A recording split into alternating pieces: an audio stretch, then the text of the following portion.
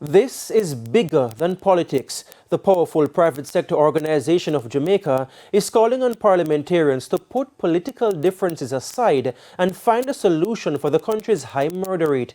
The PSOJ is disappointed with the vote to discontinue the states of emergency, but at least one attorney at law believes the opposition did the right thing.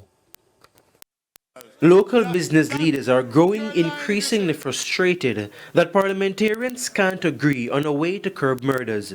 It follows Friday's Senate vote in which the 8 opposition senators shut down the government's attempt to extend the states of emergency. Somewhat disappointed. What we would have wanted to see is Jamaica united around the use of this state of emergency. We think that it has shown results. It has shown results in the last week or so. It has shown results in the past.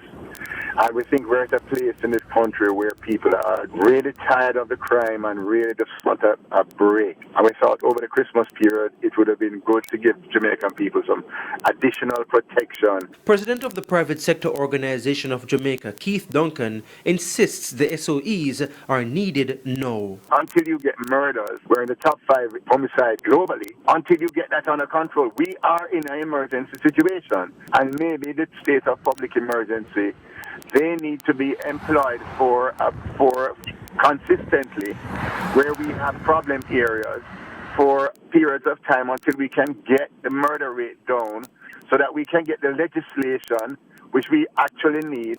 But attorney at law Kenyatta Powell disagrees with Mr. Duncan, arguing the opposition was not wrong in how it voted. The opposition absolutely did the right thing. We fall into this idea by the language that's being used, which is that emergency powers are just another tool in the toolkit that a government can just use whenever it feels like it. That is dangerous. Emergency powers are a specific, extreme measure that the Constitution only allows a government to use in very defined and rather specific circumstances. And none of those circumstances include crime being bad. He says the government must govern within the confines of the law without taking away the rights of poor Jamaicans in certain communities. The government must govern within its constitutional bounds. And what the People's National Party has done by voting against this extension is that they're saying we, the People's National Party, are going to force this government against its will to govern within constitutional bounds. The government must come up with a strategy, a plan to fight crime that comports with the constitutional limits.